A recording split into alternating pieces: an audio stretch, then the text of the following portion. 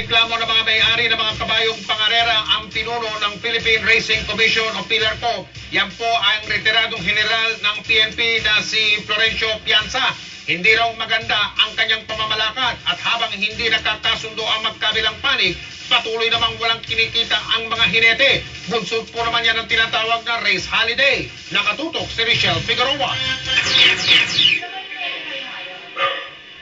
Ilang araw ng pahinga sina Barbara, Fujiwaka at Majestic Queen, mga kabayong pangarera sa Santa Ana. Mula pa kasi nung Sabado, nagdeklara ng race holiday ang mga horse race owners bilang protesta sa umano'y di magandang pamamalakad ni retired General Florencio Pianza, head ng Philippine Racing Commission. Batikos ng mga may-ari ng mga kabayong pangarera, hindi raw umunlad ang horse racing industry nang siya ang umupo.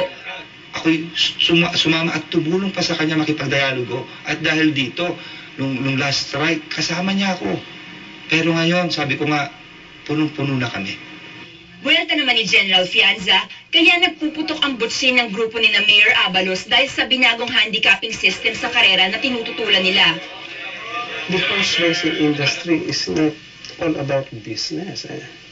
If you ask the horse owners, they'll say, we are in this because it's our passion for the sport. Kapong matigas ang dalawang kampo na magkaayos. Ayon sa mga may-ari ng kabayong pangarera, tanging resignation lang ni Pianza ang kanilang tatanggapin. Hindi naman daw patitinag si Pianza. I don't think this could be resolved. The only solution here is a revamp. No? Hindi naman yung gusto lang nila ang pwedeng gawin natin.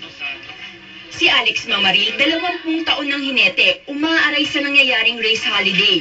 Sila kasi ang mga unang apektado sa nangyari dahil ang bayad sa kanila ay kada karera.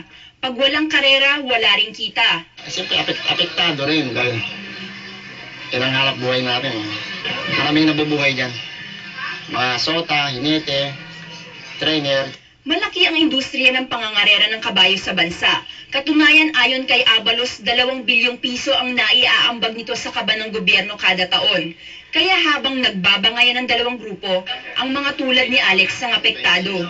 Richelle Figueroa, Nakatutok, 24 Oras.